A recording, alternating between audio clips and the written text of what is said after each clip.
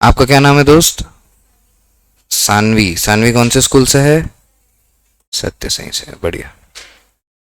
चलिए, तो last discussion में हमने शायद कुछ खास बात तो नहीं करी, लेकिन एक बिजनेस शुरू करने की बातचीत कर ली थी। आप सबको याद है क्या? गीतिका जी बताएंगे कि क्या बिजनेस स्टार्ट किया था हमने? क्लोथिंग का किया था, मैंने लिख भी रखा है सामने, देखिए। और क्लोथिंग का बिजनेस स्टार्ट किया था। दो चीजें, दो वर्ड लास्ट लेक्चर में हमने समझ लिए थे, एक एनालिसिस और एक इंटरप्रिटेशन। यहां तक बात ठीक है? और एक चीज और भी हम डिस्कस कर रहे थे कि कहाँ पे शॉप होना चाहिए, शॉप रेंटेड होना चाहिए या ओन्ड होना चाहिए, ऐसी बातें भी अपन ने करी थी। ये याद है आपको? हाँ। तो आज अपन थोड़ी सी कहानी को और आगे ले चलते हैं, और कोशिश आज अपनी रहेगी कि आज हम एक्चुअल में अकाउंटिंग वाले पार्ट पे आ जाएं, ठीक है? तो मैं कुछ इस तरीके से शुरू कर रहा हूं, आपको एक ब्रीफ दे रहा हूं मैं, और वहां से अपन शुरू करते हैं। आइए।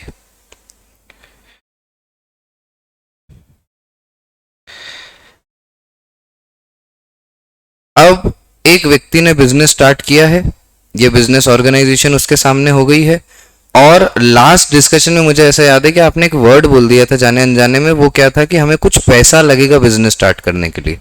आपने क्या वर्ड दिया था इसके लिए मुझे? कैपिटल दे दिया था। अब वो कैपिटल है नहीं है, इस पे तो डिटेल चर्चा अपन आगे कर ही लेंगे, लेकिन मैं एक नॉर्मली आपको क्वेश्चन दे रहा हूं और मुझे इस पे बात आज आपसे करना है। मैं मान लेता हूं कि बिजनेस स्टार्ट करने के लिए 10 लाख रुपयों की जरूरत रही होगी, है ना? और 10 लाख रुपए में क्लोथिंग का बिजनेस शुरू हुआ होगा। दो क्वेश्चन है मेरे, एक इसके बैकएंड का क्वेश्चन है और एक इसके आगे का क्वेश्चन है। ये जो पैसा हम 10 लाख रुपए लाए हैं, ये आया कहां से? From where? और ये 10 लाख रुपए का हम करेंगे क्या, वो मुझे समझना है, विच इज एप्लीकेशन। तो जरा अपने दिमाग पे जोर डालिए और मुझे ये बताना शुरू करिए कि ये 10 लाख रुपए का एप्लीकेशन क्या होगा, इस पैसे को कहां कहां यूज करेंगे हम। बिजनेस आप समझते हैं, बिजनेस शुरू कर चुके हैं, क्लोथिंग का बिजनेस है, बताइए।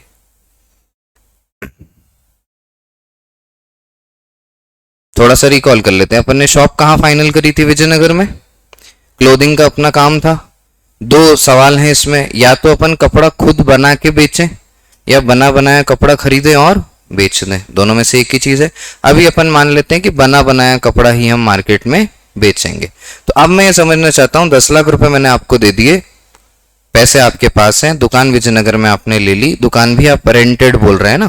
तो अब मैं जानना चाहता हूं कि अब 10 लाख का आप करोगे क्या? तो चलो एक एग्जांपल मैं आपके लिए कर देता हूं, ताकि फिर आप बात कर पाएंगे तो इजी रहेगा कि हम सर, एक तो रेंट हमें भरना पड़ेगा 20,000 रुपए पर मंथ के हिसाब से,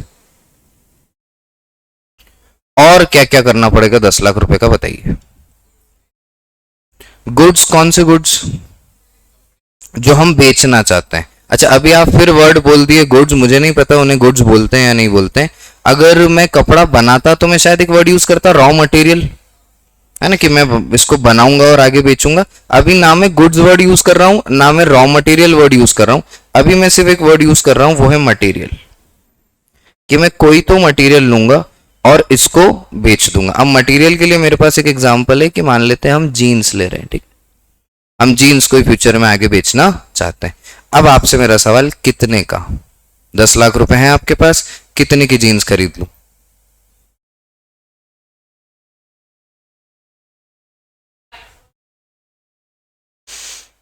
ठीक है, जैसे मैं उसके लिए भी कोट कर देता हूं, मान लेते हैं ये जीन्स हम जिनसे खरीदेंगे अपने को 500 रुपए की एक पड़ेगी, एक जीन्स 500 रुपए की। अब आप कितना खरीद के रखना चाहते हैं जिससे आप बेचेंगे आगे? कुछ भी अमाउंट बोलिए, लाख रुपए का माल खरीदेंगे, 2 लाख का खरीदेंगे, जो आपको सही लगे। 2-3 लाख का रखें? तो चलिए मैं मानता हूं कि हम 2 लाख रुपए का मटेरियल यहां पे खरीद लेते हैं। और क्या क्या करेंगे? अब शॉप आपके सामने है, दिमाग आपको लगाना पड़ेगा, आपके दिमाग से ही सारी कहानी आगे बढ़ेगी।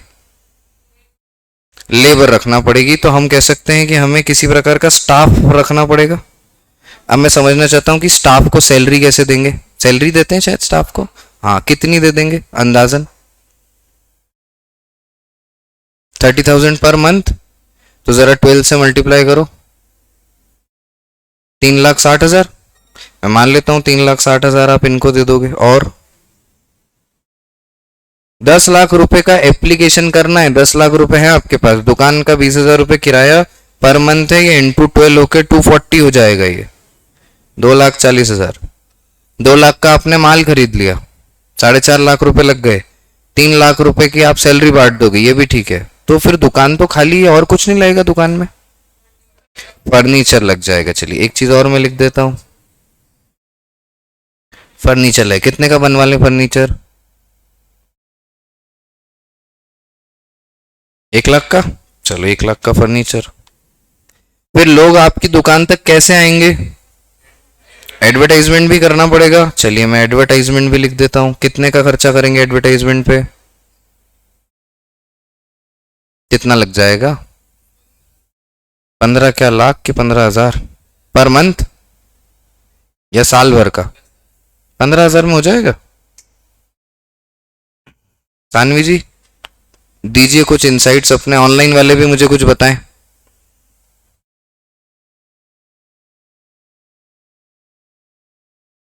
30,000 माने मैं 30 to 40 की रेंज लेके 40,000 लिख दूं, कोई दिक्कत तो नहीं इसमें? अब इसकी अलग अलग वैरायटी होगी, हो सकता है हम होर्डिंग लगाएं, अपना नाम उस पर रखें, बहुत सारी चीजें करें। अच्छा, एक चीज आपको अभी यहाँ पे समझना चाहिए कि जो भी पैसा आपके पास आया उसको आपने अभी अप्लाई करना शुरू किया। ये 2 जगहों पे अप्लाई हुआ मेजरली जो मैं देख पा रहा हूं। जो फर्नीचर आपने बनाया है ये आपको आज फायदा देगा या आने वाले सालों तक ये आपको फायदा देता रहेगा?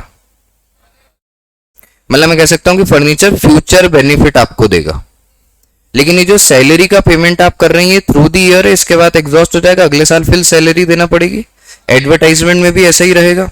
अच्छा, जो ये मटेरियल खरीद के अपन बेच रहे हैं ये भी एग्जॉस्ट हो जाएगा कि आगे चलेगा? ये तो हो सकता है अगले महीने ही एग्जॉस्ट हो जाए, 2 लाख का माल अगले महीने ही बिक जाए, बराबर है। तो अब मैं ऐसा कह देता हूं कि जो एप्लीकेशन हम कर रहे हैं पैसे का, इसके 2 हिस्से होते हैं। एक को मैं कहता हूं एक फिक्स्ड रिक्वायरमेंट है, आगे डैश लगाया है, डैश क्या है मैं भर दूंगा अभी आपके साथ। और एक मैं कह देता हूं कि एक वर्किंग रिक्वायरमेंट है, working dash requirement. Fixed requirement का मतलब ये हुआ ऐसे खर्चे जो मुझे फ्यूचर में बेनिफिट देते हो, ये ठीक है। और वर्किंग में मैं ऐसी बातें लिख लेना चाहता हूं जो मुझे डे टू डे डैश के लिए काम आते हो, डे टू डे। अब डे टू डे मतलब क्या? डे टू डे से क्या कहना चाह रहा हूं मैं? डे टू डे खर्चे जो मुझे लगते हैं, डे टू डे एक्सपेंसेस। तो मैं यहां वर्ड लिख सकता हूं डे टू डे एक्सपेंसेस के लिए। चलिए थोड़े से एग्जाम्पल कोट करते हैं। फ्यूचर बेनिफिट देने वाला फिक्स खर्चा अभी हमने पकड़ा फर्नीचर, ठीक है। डे टू डे एक्सपेंसेस के लिए हमने जो देखा वो क्या था? एक तो मटेरियल दिख रहा है मुझे, और एक मुझे क्या दिख रहा है? सैलरी दिख रहा है। यहां तक बात क्लियर है क्या? पक्का? ये लॉजिक ठीक है? तो जो भी पैसा बिजनेस में आएगा वो इनिशियली इसी तरीके से खर्च होना शुरू हो जाएगा। ये तो आप बिजनेस की बात कर रहे हैं, अभी बिजनेसमैन ने खर्चा शुरू कर दिया है, अभी हम अकाउंटिंग तक पहुंचे नहीं है, अभी तो हम किसको ही समझने की कोशिश कर रहे हैं, सिर्फ बिजनेस मात्र को समझने की कोशिश कर रहे हैं कि जब बिजनेस शुरू हुआ होगा तो ऐसे नहीं शुरू हुआ होगा, कुछ पैसा लगा होगा।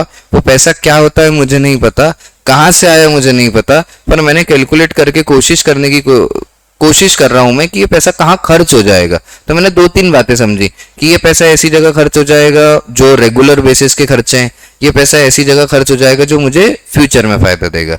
मैं पहले ये सुनना चाहता हूँ, क्या इतना आपको क्लियर है? इसमें कोई प्रॉब्लम थी? और ये लॉजिकल है, ऐसा ही होता होगा। क्या आप अपने आसपास की कोई दुकान को इमेजिन करके ऐसा कैलकुलेट कर सकते हैं कि हाँ किसी दुकान में आप एंटर करोगे तो वहां फर्नीचर बना हुआ है तो ये फ्यूचर में फायदा दे रहा होगा, वहां जो मटेरियल है वो तो खरीदा बेचा जा रहा है तो वो उसका एक कैलकुलेशन अपना रहा होगा।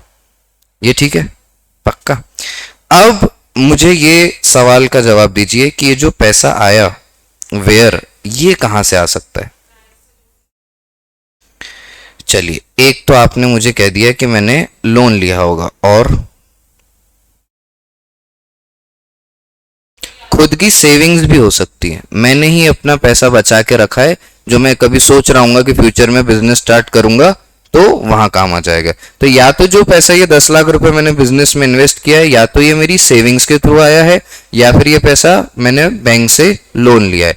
तो क्या मैं सेविंग के लिए एक वर्ड लिख सकता हूं कि ये मेरा खुद का पैसा है, ओन है, और मैं लोन के लिए एक वर्ड लिख सकता हूं कि ये पैसा मैंने बोरो किया है। यहां तक भी ठीक है।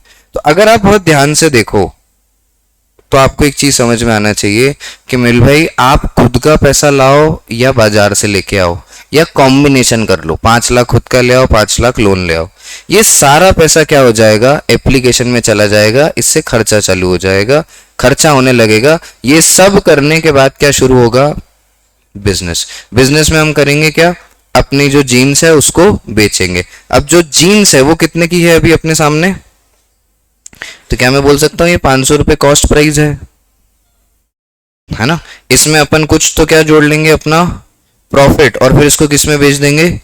अब ये तो बेसिक 6th क्लास का P&L है, और बिजनेसमैन के लिए एक ही एम है, उसका मोटिव क्या है, प्रॉफिट मैक्सिमाइजेशन, ज्यादा से ज्यादा प्रॉफिट कमाए, यही एम है उसका, और वही हम करने की कोशिश भी यहां पे कर रहे हैं। यहां तक भी ठीक है। अब मेजरली आप इस चीज को देखिए और समझिए। अब मैं कह देता हूं कि ये जो भी पैसा हम लाए हैं, ये जो भी पैसा आया है, ये एक तरीके से हमारे लिए फंड है। ठीक है, आपने शार्क टैंक देखा हो, वहां भी एक वर्ड आता है कि फंडिंग चाहिए। तो अब मैं कह सकता हूं कि ये जो खुद से लाए, इसको मैं कह देता हूं ये ओनर्स फंड है। ठीक, और ये जो मैं लोन लाया हूं, मैं इसको कह देता हूं कि ये बोरोड फंड है। इसमें भी कोई प्रॉब्लम नहीं। अब मैं कह देता हूं कि ये जो पैसा आप लाए हो, इसका नाम मैं रख देता हूं यहां पे कैपिटल। तो क्या मैं ऐसा बोलना चाह रहा हूं कि जब भी कोई व्यक्ति बिजनेस स्टार्ट करेगा तो उसे पैसे से पैसा बनाना पड़ेगा। इनिशियली उसे पैसा लगेगा। ये पैसा कहां से आएगा, either from the owner fund, saving एक एग्जांपल आपने दिया, या फिर आपने कहा कि हम क्या ले लेंगे, लोन ले लेंगे, बोरोड फंड के थ्रू क्या करेंगे, बिजनेस स्टार्ट करेंगे। पैसा पिक्चर में आ गया, बिजनेस स्टार्ट करने के लिए पैसा लगा। ऐसा पैसा जो बिजनेस स्टार्ट करने के लिए लगे, for the commencement of business और for the initial part of business, उसको हमने नाम दे दिया क्या, कैपिटल। अब कैपिटल सिर्फ पैसा है, रिसोर्स है, वो सब चर्चा है अभी आगे। अभी तो मैं सिर्फ कैपिटल वर्ड समझना चाहता हूं। क्या जितने यहां पे बैठे हैं वो ये कैपिटल वर्ड समझ गए हैं क्या? अभी हो सकता है आपको इसकी ब्रीफिंग स्कूल में दी हो, लेकिन वो कैसा है ना, वो बुकिश है। मैंने आपसे उस दिन भी कहा था कि अपन वो साइकिल वाले पैटर्न पे चल रहे हैं। मैं साइकिल आपने मुझे चलाने को दे दी है, मैं प्रैक्टिकली चला रहा हूं और धीरे धीरे बातों को आगे समझ रहा हूं। मुझे उम्मीद है कि ऑनलाइन में भी यहां तक मेरी बातचीत क्लियर रही होगी। सानवी जी को भी इतना समझ में आ रहा है। बीच में से स्टोरी चालू हुई, लेकिन मुझे उम्मीद है आप कनेक्ट कर पा रहे होंगे। ठीक, अब मैं ये कहता हूं कि जो पैसा आया वो कैपिटल है। कैपिटल आया कहां से, from the point of view of owner fund और from the point of view of borrowed fund. इसका एप्लीकेशन जो हुआ वो हुआ फिक्स्ड कैपिटल रिक्वायरमेंट के लिए।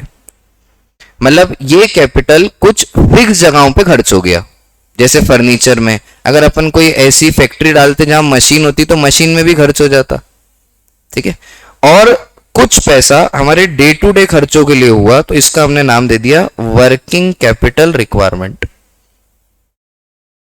यहां तक देख लो अब आप। ठीक है, अब इस कहानी का कंक्लूजन मैं आपके सामने रखता हूं।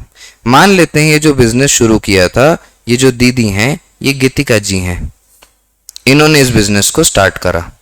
और अब मैं ये कह रहा हूं कि गीतिका जी के पास एक इस तरीके की गुल्लक है और इसी का नाम क्या है, बिजनेस।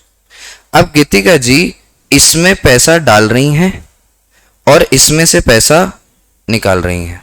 एक बार ध्यान से यहां देख के मुझे एक चीज क्लियर करेगा। पैसा डाल रही है मतलब जो ओनर फंड आया, जो बोरोड फंड आया, वो गुल्लक में चला गया, फिर वो गुल्लक में से पैसा खर्च होने लग गया।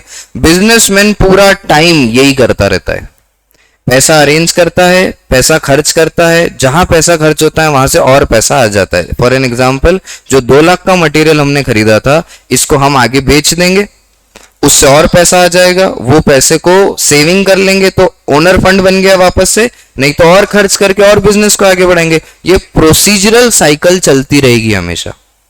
मैं वर्ड का यूज कर रहा हूं, कौन सी साइकिल है, प्रोसीजरल साइकिल। मतलब ये प्रॉपर प्रोसेस है, ये होता रहेगा, कंटिन्यूस होता रहेगा, ठीक है ना।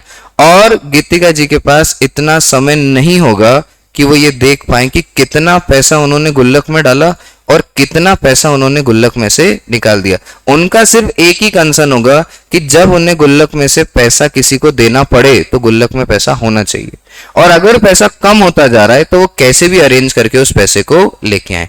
इसका मतलब, मुझे देख के एक चीज समझाइएगा, इसका मतलब बिजनेस कुछ इस तरीके से दिखता है कि मेरे पास अभी ऐसा हार्ड कैश है, मैंने इसको जूतों में कन्वर्ट कर दिया, शूज के बिजनेस में कन्वर्ट कर दिया। ये पैसा किस में कन्वर्ट हो गया? जूते में। फिर मैंने इन्हीं जूतों को मार्केट में बेच दिया, वहां से ये वापस किस में कन्वर्ट हो गया? पैसों में। सवाल ये है कि जो पैसे शुरू में मेरे पास थे, अगर वो 10 लाख रुपए थे और वो जूतों में कन्वर्ट हुए, फिर जूते बिके, जो पैसा आया, अगर वो 10 लाख से ज्यादा आया तो मैं प्रॉफिट में, है ना, और अगर कम आया तो मैं लॉस में, और अगर 10 लाख ही आया तो no profit no loss. Ideal situation क्या कहेगी कि अगर गीतिका जी ने 10 लाख का कैपिटल इन्वेस्ट किया है तो 10 लाख का रिटर्न इनके पास एटलीस्ट आ जाए, है ना, भले प्रॉफिट ना हो पर लॉस भी ना हो, ये बेसिक है। ब्रेक इवन आ जाए, ना प्रॉफिट हो ना हो तो लॉस हो जाए, no profit no loss situation बनना चाहिए। अगर उससे ज्यादा आ जाता है तो फिर हम क्या बोलेंगे कि हम तो प्रॉफिट में आएगा। आप 1 मिनट का समय लीजिए और ध्यान से देखिए, हर व्यक्ति जो इस समय पे बिजनेस कर रहा है, क्या वो यही कर रहा है कि वो अपने हार्ड कैश को किसी प्रोडक्ट में या किसी सर्विस में कन्वर्ट कर देता है और उसके बदले में उसको बेच के पैसा ले लेता है। जो पैसा वो लेता है वो इनिशियली इन्वेस्टेड मनी से ज्यादा होता है, ठीक है। तो इसका मतलब ये हुआ कि बिजनेस अगर ये गुल्लक जैसा है तो बिजनेस में पैसा आता रहेगा और जाता रहेगा। आते हुए पैसे के लिए मैं एक वर्ड यूज कर रहा हूं इनफ्लो, और जाते हुए पैसे के लिए मैं एक वर्ड यूज कर रहा हूं आउटफ्लो। और अगर आप बहुत ध्यान से समझ गए तो आपको एक चीज समझ में आएगी कि ये इनफ्लो आउटफ्लो एक रोटेशन है, मनी रोटेशन है। मेरे लिए वो आदमी अमीर है जिसकी एक जेब में सुबह 100 करोड़ रुपए आ जाए और शाम तक वो 100 करोड़ रुपए खर्च कर दे। इससे क्या होगा? रोज 100 करोड़ रुपए उसके पास घूमते रहेंगे। इसमें अगर वो टैलेंटेड है तो अपना मार्जिन भी बाहर निकाल लेगा, अपना प्रॉफिट भी वो इसमें कमा लेगा। आई होप यहां तक बात क्लियर है। अब है ना, अपन इसको नंबर्स पे ले आए ना तो बहुत प्रॉब्लम सॉल्व हो गई अपनी। लास्ट डिस्कशन में हम इसको बना रहे थे, अब मैं नंबर्स में ले आया। अब मैं इसको विजुअलाइज करना चाहता हूं। मान लीजिए जहां मैं खड़ा हूं, ये जो पोडियम है ये काउंटर है, पीछे फर्नीचर सेटअप है, कपड़े यहाँ पे जीन्स टंगी हुई हैं। आप एक एक करके कस्टमर मेरे पास आ रहे हैं, मैं जीन्स आपको बेच रहा हूं, ठीक है। अभी अपन कहाँ चले गए? अपन चले गए पुराने समय में, एशियन टाइम्स में। एशियन टाइम्स में भी जब इस तरीके से कोई भी व्यक्ति सामान बेचता करता होगा तो पैसा आता होगा, पैसा जाता होगा। तो इसको लिख के रख लेना चाहिए था। याद रखना तो मुश्किल है, मतलब मुझे लक्ष्य भाई ने कितने पैसे दिए मैं भूल सकता हूं। फिर अभी अपन समझ रहे हैं कैश में पेमेंट होता है, लेकिन उधारी में भी तो होता होगा कि थोड़े दिन बाद दे देंगे या आप थोड़े दिन बाद ले लेना पेमेंट। तो याद रखना प्रॉब्लम है, मतलब ह्यूमन मेमोरी हमारे सामने सबसे पहली प्रॉब्लम आई, और जैसे ह्यूमन मेमोरी हमारे सामने प्रॉब्लम आई, हमने सोचा कि हम इन सब चीजों को लिख लेते, ठीक है। अब मेरा सवाल यह है गीतिका जी से, और बिजनेस में इतने सारे बड़े लोग बैठे हैं उनसे, कि आप बीइंग अ बिजनेस ओनर ये सब खुद लिखोगे या किसी को हायर कर लोगे लिखने के लिए? हायर कर लेंगे, क्योंकि आपके पास तो बहुत सारा काम है ना, मतलब आप तो बिजनेस भी देखोगे, डील्स भी देखोगे। अभी तो आपकी एक शॉप है, ऐसी 10 शॉप होगी तो फिर कैसे करोगे? तो आपने देखा भी होगा आज के तारीख में काफी सारे बिजनेसमैन के पास आप जाओ तो उनके पास एक सेल्स पर्सन बैठा होता है जो ऐसे कंप्यूटर में एंट्री करता है और फिर बिल निकल के आ जाता है। इसका मतलब वो हर पैसे में होने वाले ट्रांजेक्शन को क्या कर रहा है? रिकॉर्ड कर रहा है। क्या ये बात हम समझ पा रहे हैं? लेकिन मैं और पीछे जाना चाहता हूं। जैसे मान लो जब राजशाही चलती थी, एरिस्टोक्रेसी का समय था, मोनार्की थी, राजा थे, तो राजा भी जाते थे काफी सारे दूसरी जगहों पे लूटने, राज्य से एक राज्य दूसरे राज्य से लड़ने जाता था। तो आपने सुना होगा बड़ा सारा खजाना लूट के लाते थे। तो इतना सारा जो खजाना आता था उसका लिखने का हिसाब भी तो होता होगा ना कहीं, नहीं तो ऐसे तो कंफ्यूज हो जाएंगे। कितना गोल्ड लूटा, कितना अपन ने लूटा, क्या बोलते हैं, सिल्वर, लूटने से मतलब आपने जीता एक तरीके से कह सकते हो, क्योंकि फिर वो आगे राज्य चलाने के भी काम आएगा। अपना महल बनवाना है, जो बीवी है उनके घर भिजवाना है, बहुत सारी छोटी छोटी चीजें होती होंगी। मतलब पैसे का हिसाब रखने वाली जो प्रॉब्लम है ये आज की नहीं है, पुरानी है और पुराने समय से चली आ रही है। और इसका सॉल्यूशन एशियन टाइम्स में अपने इंडियन मैथोलॉजीज में जो आपको मिलेगा, इंडियन एशियंट हिस्ट्री में जो मिलेगा वो मिलेगा चाणक्य के उसमें। चाणक्य का नाम आपने सुना है, इकोनॉमिक्स थे, अर्थशास्त्र थे। उन्होंने इनिशियल टाइम्स में बहुत पहले अर्थशास्त्र की किताबों में ये मेंशन किया है कि हमें जो फाइनेंशियल ट्रांजैक्शन है, जो पैसों का मूवमेंट है, इसकी अकाउंटिंग करना चाहिए। इसकी क्या कर देना चाहिए? अकाउंटिंग कर देना चाहिए। जब हम लेटर ऑन थोड़ा और आगे बढ़े, मॉडर्न एरा धीरे धीरे शुरू हुआ, तो 14 सेंचुरी में आपको एक व्यक्ति मिलेंगे पिकोलो करके। उन्होंने, वो इटली के मैथमेटिशियंस हैं, उन्होंने भी अकाउंटिंग पे एक बहुत बड़ी बातचीत कही। और हम जो पढ़ते हैं आज की तारीख में वो उन्हीं की अकाउंटिंग पढ़ते हैं, जो कि डबल एंट्री सिस्टम है। वो भी अपन पढ़ लेंगे, रीड कर लेंगे, वो मैटर नहीं। लेकिन सबसे पहला सवाल ये था कि ये जो भी ट्रांजैक्शन हो रहे हैं, क्या इनको इनिशियल लेवल पे बिजनेस का मालिक खुद लिख सकता है?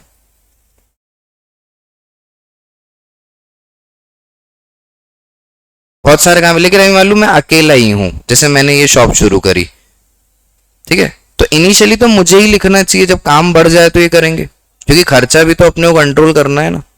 सिर्फ एक व्यक्ति को लो इसलिए रख लिया क्योंकि वो लिख रहा है, ये मुझे लग रहा है अभी एक्सपेंसिव है, आगे जाके तो बहुत इंपॉर्टेंट है, मुझे भी पता है, लेकिन मैं चाहता हूं कि अभी मैं ये खुद ही कर लूं। ठीक है, तो अभी मैंने अगर ये खुद करना शुरू किया तो क्या हुआ होगा? मैंने एक कॉपी ले ली होगी, जैसे निर्मल साहब ने मुझसे सामान खरीदा, मैंने उनका नाम लिखा, एंट्री लिख ली, फिर मैंने कृष्णा का नाम लिख लिया, ऐसे मैं लिखने लग गया। अब हुआ ये, साल के अंत में मेरे पास ऐसी 10 कॉपी भर गई, इतने सारे ट्रांजेक्शन लिख दिए। अब फिर क्योस, अगर मुझे ये ढूंढना हो कि मैंने कृष्णा को कब बेचा था, तो मुझे अब सारी कॉपीज में वापस जाना पड़ेगा, फिर ढूंढना पड़ेगा, फिर समझना पड़ेगा, है ना। तो फिर मुझे किसी ने सलाह दी कि भाई साहब आप सिंपल करें, आप माल खरीद के बेचते हैं ना, बेचने वाली कॉपी अलग बना लें, खरीदने वाली कॉपी अलग बना लें। जिससे खरीदने उसको अलग कॉपी में लिख लें, जिसको बेचें उसको आप अलग कॉपी में। तो मतलब अब ये टेक्निकल होता जा रहा है। फिर किसी ने कहा कि भाई साहब आप जिसको उधार पे बेचते हैं उसकी कॉपी अलग बनाएं, कैश में बेचते हैं उसकी कॉपी अलग बनाने। मतलब ये तो और टेक्निकल होता जा रहा है। इसका ब्रीफ क्या था? सिर्फ एक ब्रीफ था, ह्यूमन माइंड इतनी सारी चीजें याद नहीं रख सकता, बिजनेसमैन को बहुत सारे काम करना है, वो ये सब चीजें नहीं कर सकता। हमने इस प्रॉब्लम का सॉल्यूशन दिया। वो सॉल्यूशन क्या है कि हमने एक बुक बनाई और उसको रख लिया, विच इज बुक कीप, है ना। और हम इस बुक को मेंटेन करने लगे, तो एक वर्ड आया बुक कीपिंग। तो नॉर्मली जब भी क्लास 11th का अकाउंट चालू होता है तो इसी शब्द से चालू होता है कि बुक कीपिंग होती थी, बुक कीपिंग के बाद अकाउंटिंग होती है। पर मेरा कंसर्न ये था कि मैं आपसे पिछले 1 घंटे में जो मैंने पिछला लेक्चर लिया और अभी के 10-15 मिनट में ये बात कर पाऊं कि बुक कीपिंग पिक्चर में आई कैसे होगी। और आज भी मॉडर्न टाइम्स में भी अगर आप इस तरीके का कोई बिजनेस शुरू करते हैं तो इन प्रॉब्लम्स को सॉल्व करते करते आप पहुंचेंगे कहां पे? बुक कीपिंग पे। पर बुक कीपिंग हमें ये 2 चीजें नहीं दे रही हैं। कौन सी 2 चीजें? एनालिसिस और interpretation. Book keeping is simple for recording, ये सिर्फ रिकॉर्डिंग मात्र के लिए है। क्या यहां तक बात आप समझते हैं? पक्का। और जैसा कि दीदी ने पीछे कहा कि ये तो जूनियर स्टाफ भी कर सकता है, मतलब ये कोई बहुत मैकेनिकल और टेक्निकल काम नहीं है, बहुत मैनुअल है। कोई भी जो भी सामान बिक रहा है उसको लिखा जा सकता है। ऐसे ही बुक कीपिंग पिक्चर में आई और बुक कीपिंग को एनालिटिकल, इंटरप्रिटेशनल, फाइनेंशियल मॉडल बनाने के लिए जब हमने यूज करना शुरू किया मॉडर्न टाइम्स में, तब ये किस में कन्वर्ट हो गई? अकाउंटिंग में कन्वर्ट हो गई। जैसे आप अभी देखो, मैं आपको पिछले 5-10 साल में बताता हूँ। इनिशियली आपने देखा होगा जो शुरुआती दौर होता था, वहां पे जब भी आप सामान खरीदने जाओ तो आपको एक मैनुअल बिल लिख के देते थे। आजकल आपने देखा होगा कि प्रोडक्ट पे बारकोड होता है, उसको स्कैन करते हैं, फिर एक बिल निकल के आ जाता है। आपने देखा होगा इलेक्ट्रॉनिक दुकान पे अगर आप जाओगे तो उनके पास एक कंप्यूटर है, वो उसमें रिकॉर्डिंग करते हैं, उसमें से बिल निकल के आ जाता है। मतलब रिकॉर्डिंग हमेशा से इनिशियल फेज रहा होगा, है ना। लेकिन रिकॉर्डिंग सब कुछ नहीं है। रिकॉर्डिंग से सिर्फ जो ट्रांजैक्शन हुआ है वो रिकॉर्ड हो गया, रजिस्टर हो गया। इससे हमें फायदा हुआ, नुकसान हुआ, इसका कोई सेग्रीगेशन हमारे पास अभी तक नहीं है। यहां मैं बोलता हूं जहां बुक कीपिंग एंड हो जाती है वहां से अकाउंटिंग क्या होती है, स्टार्ट होती है। इस अकाउंटिंग को पढ़ने के लिए जिस सब्जेक्ट को हमें पढ़ना पड़ता है वो है अकाउंटेंसी।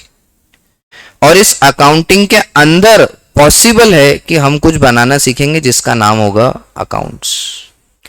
तो मुझे एक दिन लगा ये 3 वर्ड समझाने में कि अकाउंटेंसी क्या है, अकाउंटिंग क्या है और अकाउंट क्या है। सबसे बड़ा क्या है इसमें, अकाउंटेंसी। अकाउंटेंसी के अंदर हम क्या कर रहे हैं, अकाउंटिंग। लेकिन अकाउंटिंग किसके बेसिस पे की जा रही है, बुक कीपिंग के बेसिस पे। तो इनिशियली आपको क्या करके रखना पड़ेगा, बुक कीपिंग करके रखना पड़ेगा।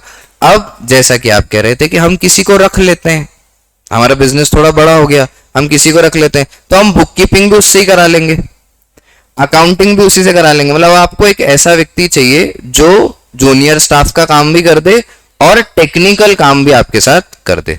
मुझे बताइए क्या आप ये वर्ड समझ गए कि बुक कीपिंग पिक्चर में कैसे आता है, और बुक कीपिंग का अल्टीमेट मतलब क्या है हमारे लिए, और फिर बुक कीपिंग ने कैसे अपने आप को रोक के अकाउंटिंग को जन्म दिया और अकाउंटिंग आगे बढ़ी।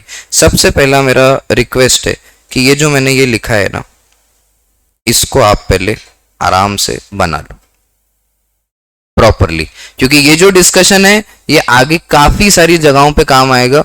और जैसा कि मैंने कहा कि हम एक स्टोरी लाइन से चल रहे हैं, धीरे धीरे नए नए नए नए फेज खुलते जाएंगे, नई नई डिटेलिंग पे बातचीत होती जाएगी।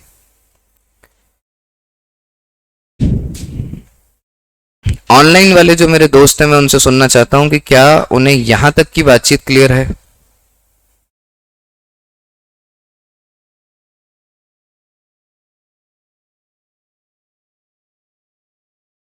बढ़िया।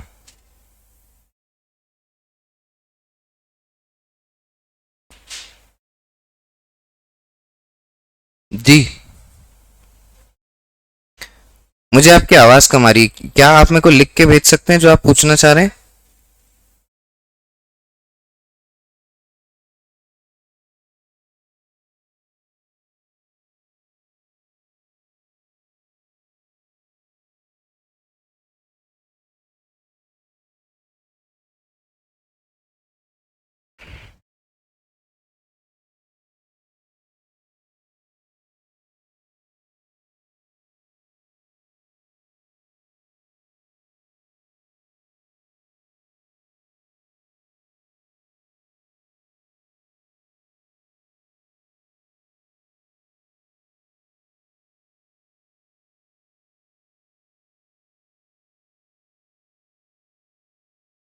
स्कूल स्टार्ट हो गए सानवी के, क्या शुरू करा अभी अकाउंट्स में, बेसिक टर्म्स तक आ गए, ये वाला डिस्कशन कुछ किया। अच्छा, और किस किस के स्कूल स्टार्ट हो गए, गीतिका के हुए हैं, गीतिका का स्कूल कौन सा है बेटा, अभी हो गया स्टार्ट। वहां पे क्या क्या हो गया डिस्कस, फर्स्ट चैप्टर हो गया। अच्छा, और अभी वही हुआ है, अभी क्या चल रहा है, बेसिक टर्म्स। ओके, और ये जो वेद साहब हैं, कौन सा स्कूल है वेद अपना, पायोनियर, हाँ हाँ हाँ वहाँ पे। अच्छा, और इधर हमारे दोस्त का कौन सा स्कूल है भाई तेरा, हाँ हो गया चालू, वहाँ पे क्या क्या पढ़ा दिया अभी तक, टर्म्स पे आ गए। तो ये वाला डिस्कशन कुछ किया है आप लोगों के साथ, नहीं किया है, ये सीधा बेसिक टर्म पे आ गया। मतलब आपको सीधा कैपिटल क्या होता है ये बता दिया होगा, असेट क्या होता है ये बता दिया होगा, और मैं भी आपको बताऊंगा, वो बात नहीं है। पर आप मेरी बात को समझिएगा, क्या है, मेरी टीचिंग की स्किल मुझे ये कहती है कि कभी भी बच्चे को जवाब नहीं देना चाहिए जब तक वो सवाल उसके मन में ना आ जाए, जब तक वो जवाब सुनने के लिए रेडी ना हो। तो 2 दिन हमने जो बात करी उससे दिमाग में एक क्यूरियोसिटी पैदा हुई कि ये जो हो रहा है ये क्या हो रहा है। फिर जब मैं कहूंगा कि ये जो हो रहा है ये बुक कीपिंग है, तो बुक कीपिंग की डेप्थ आपको समझ में आ जाएगी। तो यही पैटर्न है, इसी तरीके से हर चीज को हैंडल करेंगे, और जैसा आप पार्टिसिपेट करते हैं उसकी वजह से ही हम इतना बढ़िया कर पाते हैं।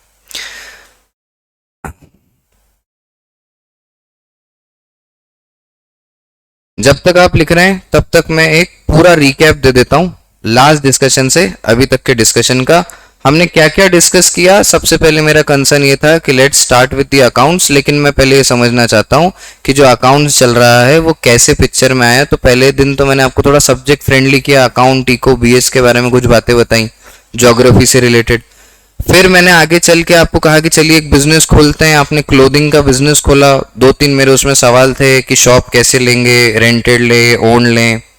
इसमें हमने दो वर्ड पढ़े, एनालिसिस और इंटरप्रिटेशन, और यहां हमने समझा था कि हम एनालिसिस और इंटरप्रिटेशन करके ही चीजों को फाइनलाइज करते हैं, और उसके लिए अमाउंट का, क्वांटिटी का होना बहुत ज्यादा जरूरी है। आज का डिस्कशन जो मैंने शुरू किया वो कुछ ऐसा था कि चलिए मैं एक बिजनेस स्टार्ट करता हूं और आपको पैसे भी दे देता हूं बिजनेस स्टार्ट करने के लिए। मुझे दो बातें बताएं कि ये पैसे का आगे क्या होगा, मतलब इसका एप्लीकेशन क्या है, और ये पैसा आया कहां से। पहले हम एप्लीकेशन पे गए और आपने आपकी समझ से मुझे समझाया कि सर हम रेंट पे करेंगे, हम मटेरियल खरीदेंगे जिसे हमें आगे बेचना है, हम स्टाफ रख के उन्हें सैलरी देंगे, फर्नीचर बनवाएंगे, एडवर्टाइजमेंट करेंगे, ऐसे कुछ खर्चे हमने करे। फिर मैंने कह दिया कि जो भी पैसा एप्लीकेशन में खर्च हो रहा है ये दो जगहों पे खर्च हो रहा है, एक फिक्स्ड डैश रिक्वायरमेंट और दूसरा वर्किंग डैश रिक्वायरमेंट। ये जो फिक्स्ड रिक्वायरमेंट है ये फ्यूचर बेनिफिट हमको दे रही है, जैसे फर्नीचर हो गया, और जो ये वर्किंग रिक्वायरमेंट है ये डे टू डे एक्सपेंसेस के लिए पिक्चर में आया है ना, जिससे हमारा बिजनेस रनिंग स्टेट में आ जाएगा, जिसके लिए हमें मटेरियल की जरूरत है, सैलरी की देने की जरूरत है, ऐसी बातें हैं। फिर मैंने ये पूछा कि ये जो पैसे आए हैं 10 लाख, ये कहाँ से आ सकते हैं। तो आपने कहा कि हो सकता है सर हमारी पुरानी सेविंग्स रही हो, क्या हो सकता है हमने ये बैंक से लोन लिया हो, और बात सिर्फ बैंक से लोन लेने की नहीं है, लोन आप कहीं से भी ले सकते हो, किसी फ्रेंड से ले लिया हो। तो दो क्लासिफिकेशन बने कि या तो ये पैसा खुद का होगा, ओन्ड होगा, या तो ये पैसा बोरोड होगा। फिर मैंने कह दिया कि जो 10 लाख रुपए, चलिए इसको नाम दे देता हूं मैं फंड। ये फंड अगर नाम दिया तो दो फंड निकले, ओनर फंड और बोरोड फंड। अब ओनर फंड और बोरोड फंड से हम 10 लाख रुपए लाए और 10 लाख रुपए को हमने अप्लाई कर दिया, काम शुरू हो गया। फिर मैंने कह दिया ये जो पैसा हम लाए इसका एक छोटा सा नाम है, वो है कैपिटल। कैपिटल इन डेप्थ क्या होता है, शायद यही होता है। कैसे काम आएगा, क्या करेगा, उस पर अभी चर्चा शुरू करेंगे धीरे धीरे।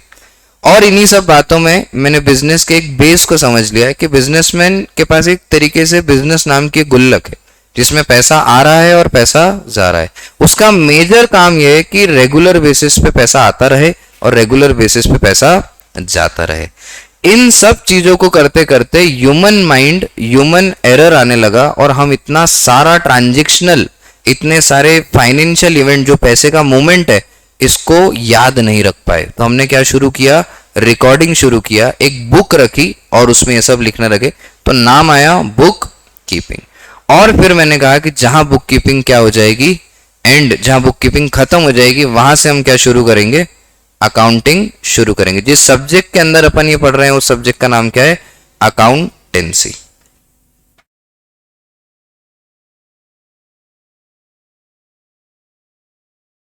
मैं दिख रहा हूं क्या? अच्छा, टीवी ही चली गई। आपने सबने नोट कर लिया यहां तक? ठीक है।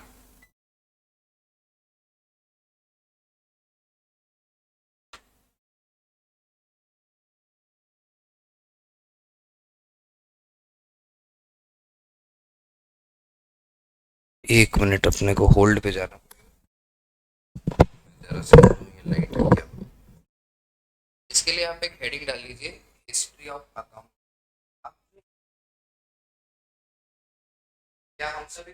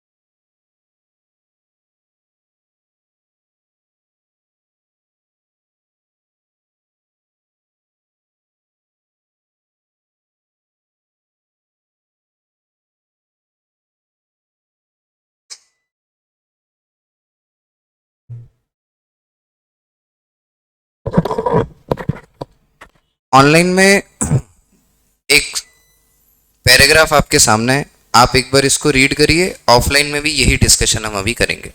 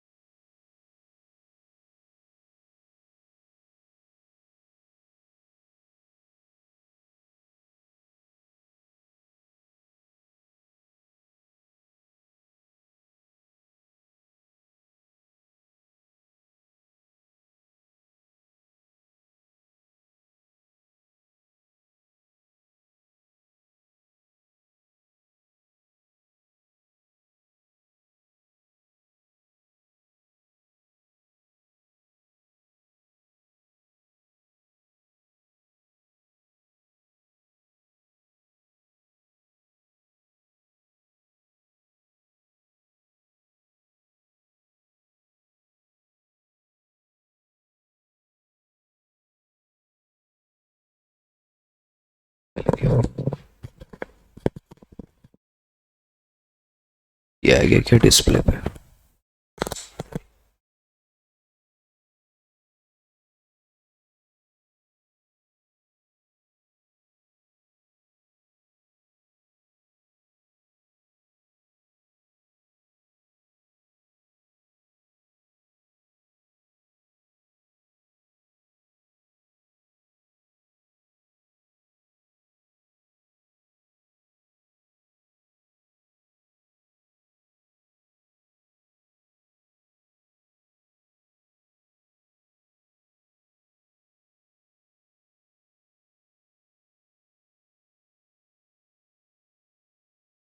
सिक्का चालू हो गया क्या?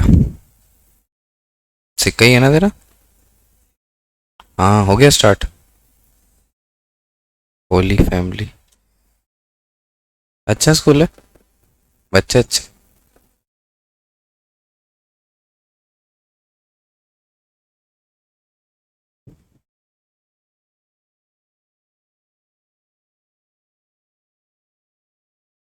आइए, ये एक चीज मैं चाहता हूं कि अपन साथ में पढ़ लें।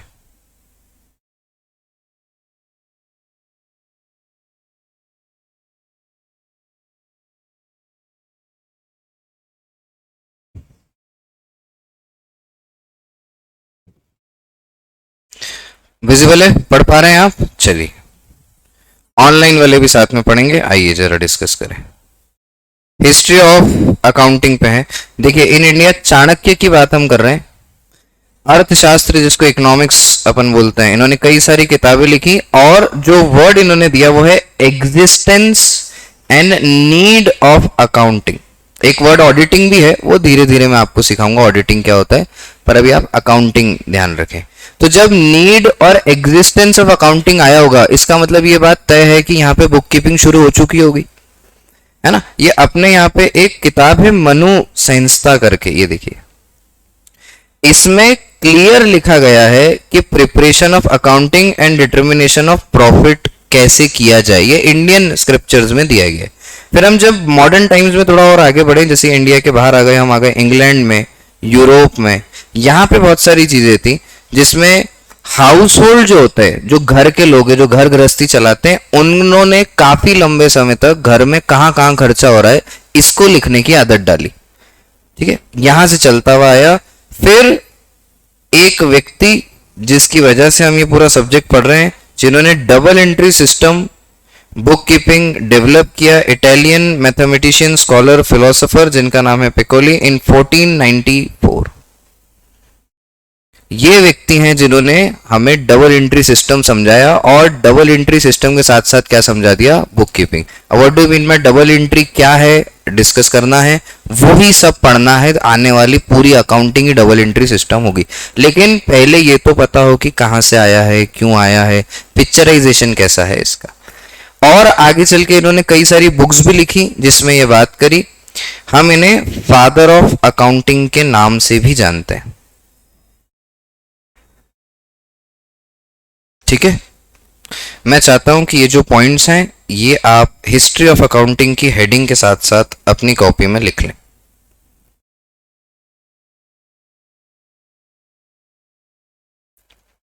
Try to write in very short, है ना, ऐसे शॉर्ट नोट्स टाइप बनाना। हम पूरा डिस्कशन करने के बाद कुछ चीजों को लिख रहे हैं, हम भी रिकॉर्डिंग ही कर रहे हैं, तो ऐसी रिकॉर्डिंग जो आपको समझ में आ जाए, क्लियर रहे।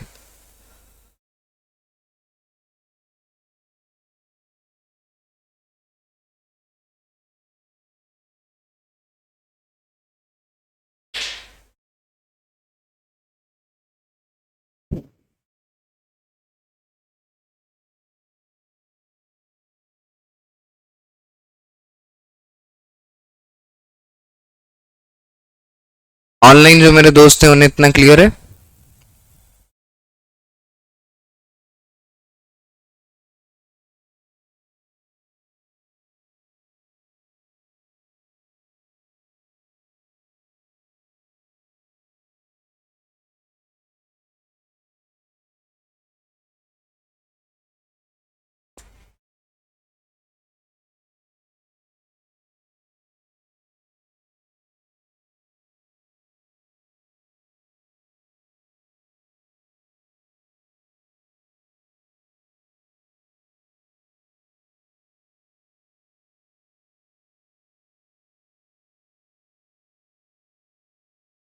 बढ़िया।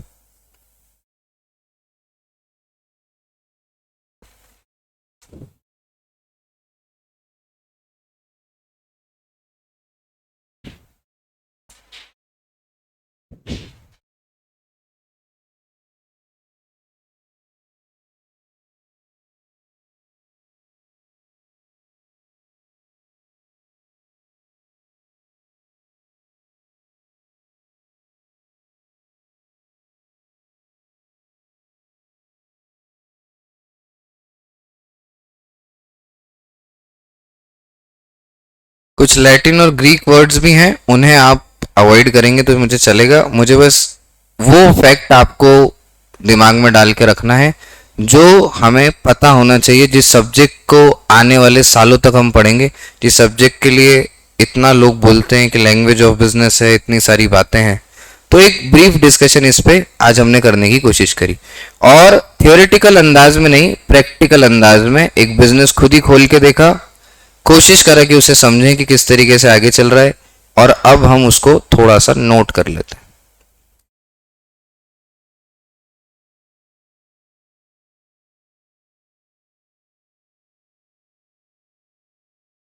ऑनलाइन में जो मेरे दोस्त प्रांजल जी हैं और दर्शिल जी हैं, उन्हें यहाँ तक क्लियर है? वो भी इसकी नोटिंग कर रहे हैं कॉपी में प्रॉपरली? बढ़िया।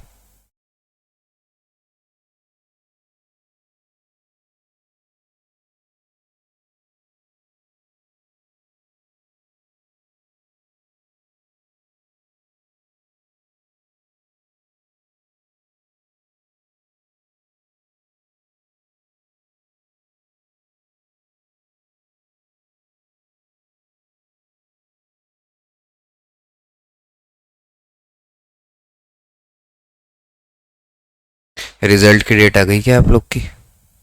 नहीं, अरे चिंता फ्री होगी अभी तो, बढ़िया मस्ती मजाक घूमो फिरो।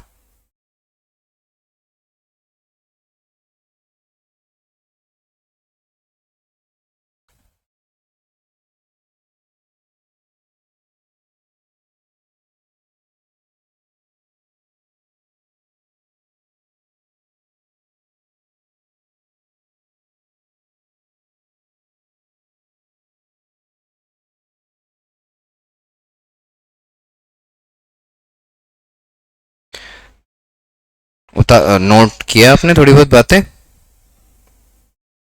फादर ऑफ अकाउंटिंग मिल गए आपको?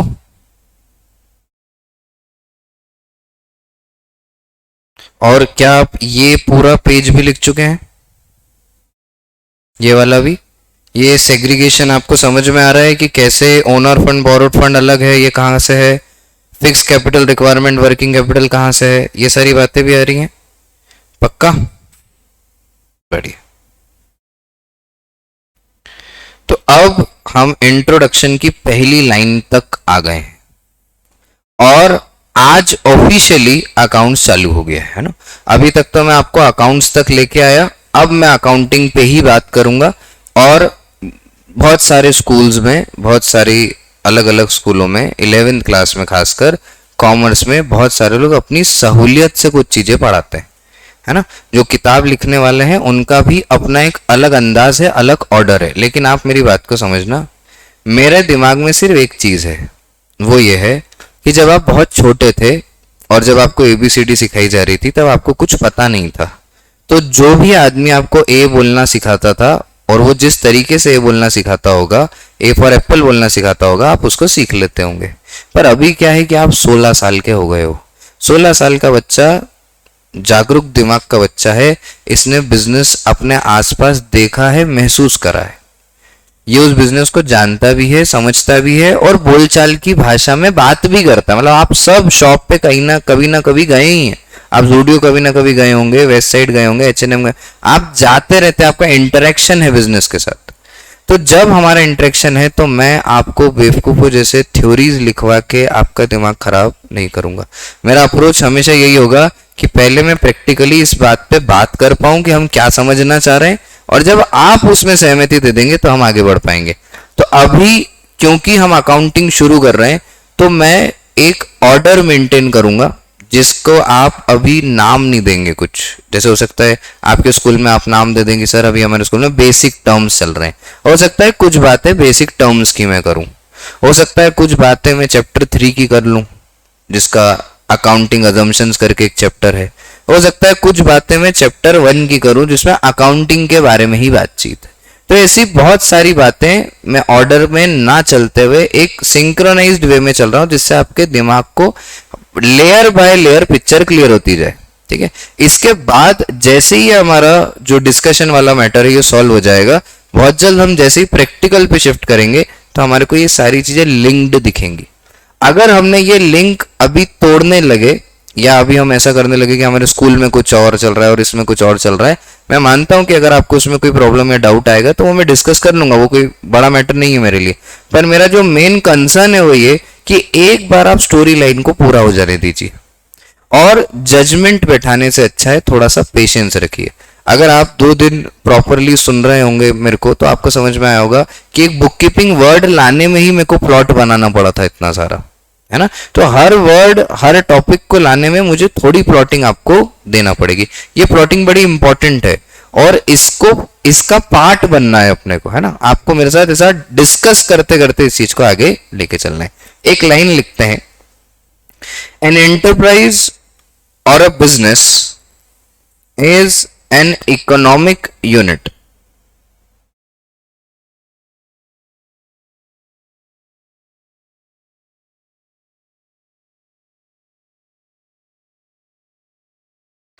ये वर्ड मुझे थोड़ा सा समझना है, what do you mean by economic unit. अभी आप कुछ मत लिखो, सब मिल जाएगा आपको, आप डिस्कस करो बस, मैं बताऊंगा आपको कब क्या लिखना है। इकोनॉमिक यूनिट मतलब क्लास 9th इकोनॉमिक्स थोड़ा याद है, एक्टिविटीज पढ़ा होगा, economic activity, non economic activity. Business study शुरू हो गया हो तो उसमें भी इसकी चर्चा हुई होगी, economic activity, non economic activity. Economic activity करने वाली जो ऑर्गेनाइजेशन होगी उसको इकोनॉमिक यूनिट बोल सकते हैं। और इकोनॉमिक एक्टिविटी क्या होती है? जो प्रॉफिट कमाने के लिए करी जाए, है ना। अब मैं थोड़ा इस पे जरा विशेष चर्चा करें। जैसे एक बड़ा सिंपल सा एग्जांपल है, वो मेरे बचपन से दिया जा रहा है, अभी भी देते हैं। घर पे मम्मी खाना बनाती है, हमें खिलाती है, तो ये नॉन इकोनॉमिक एक्टिविटी। अगर यही खाना मम्मी बना के बाहर बेचे तो ये इकोनॉमिक एक्टिविटी, बराबर। अभी मेरा ऐसा कहना है कि खाना जब बन रहा था तो खाने को कहाँ पता था कि वो इकोनॉमिक है या नॉन इकोनॉमिक है। जैसे जो कपड़ा आपने अभी पहना हुआ है, जो टी शर्ट जो शर्ट आपने पहनी है, ये आपने खरीदी है। जब ये टी शर्ट बन रही होगी तो इसको पता था कि ये आगे बिक जाएगी। इसको तो इसका काम क्या है, ये पर्टिकुलर प्रोडक्ट, ये टी शर्ट, ये शर्ट का पर्टिकुलर काम क्या है?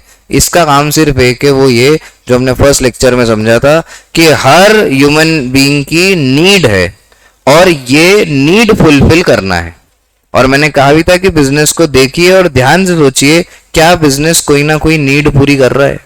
तो आपने कहा बिल्कुल नीड कर रहा है। हम जब मालदीव्स के एग्जाम्पल में थे तब हमने देखा था कि सी फूड इंपॉर्टेंट था खाने के लिए, क्योंकि वो खाने की नीड को क्या कर रहा था? पूरा कर रहा था। तो उसी तरीके से हर प्रोडक्ट सिर्फ जरूरत पूरी करने के लिए आता है। इसके पीछे का जो इंटेंशन टू यूज है, इसके पीछे का क्या बोल रहा हूं मैं वर्ड, क्या है, इंटेंशन टू यूज है, वो डिसाइड करेगा कि ये इकोनॉमिक है या, मतलब यहां अगर हम वर्ड लिख रहे हैं कि ये इकोनॉमिक है, इसका मतलब ये जो भी काम यहां किया जाएगा,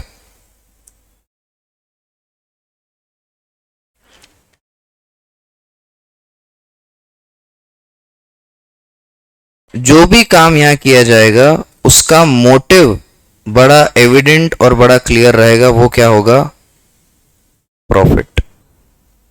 और मैं यही सुनना चाहता हूं आपसे कि प्रॉफिट कैसे आता है। अभी थोड़ी देर पहले ही डिस्कस किया था, क्लास 6 में भी पढ़ाया आपने, प्रॉफिट कैसे आता है पिक्चर में। नहीं नहीं, अरे वो कैलकुलेशन था ना एक छोटा सा, कॉस्ट प्राइस क्या बोलते हैं उसको, हाँ क्या बोलते हो आप उसको, कॉस्ट प्राइस, प्रॉफिट और सेलिंग। अगर 100 रुपए का सामान है, हम 150 में बेचते हैं, तो 50 रुपए क्या कर लेते हैं, कमा लेते हैं। मतलब हमारे पास दो बेस होंगे, एक कॉस्ट प्राइस और एक सेलिंग प्राइस। कॉस्ट प्राइस वो जो भी हमारा खर्चा है, और सेलिंग प्राइस वो जो भी हम आगे से क्या करेंगे, कमा लेंगे, है ना। अब मेरी बात को बहुत ध्यान सुनना, इन्होंने एक ही वर्ड पे मैं रुक गया, वो वर्ड क्या है, an enterprise is, an enterprise और a business is an economic unit. मतलब ये एक ऐसा ऑर्गेनाइजेशन, ऐसी संस्था है जो भी काम ये करेंगी, इनका अल्टीमेट पर्पस क्या होगा कि इनके पास प्रॉफिट आना चाहिए। यहां तक ठीक है क्या। अब अकाउंटिंग की जो शुरुआत आज हमने कर दी है, इसको कंटिन्यू करेंगे इसी के साथ, एक एक वर्ड पे चलते चलते। मुझे बताइए यहां तक ठीक है क्या, ऑनलाइन में भी यहां तक बात क्लियर है क्या।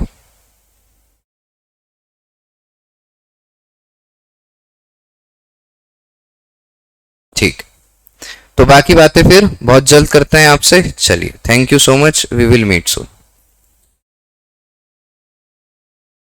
इसको वो करना है।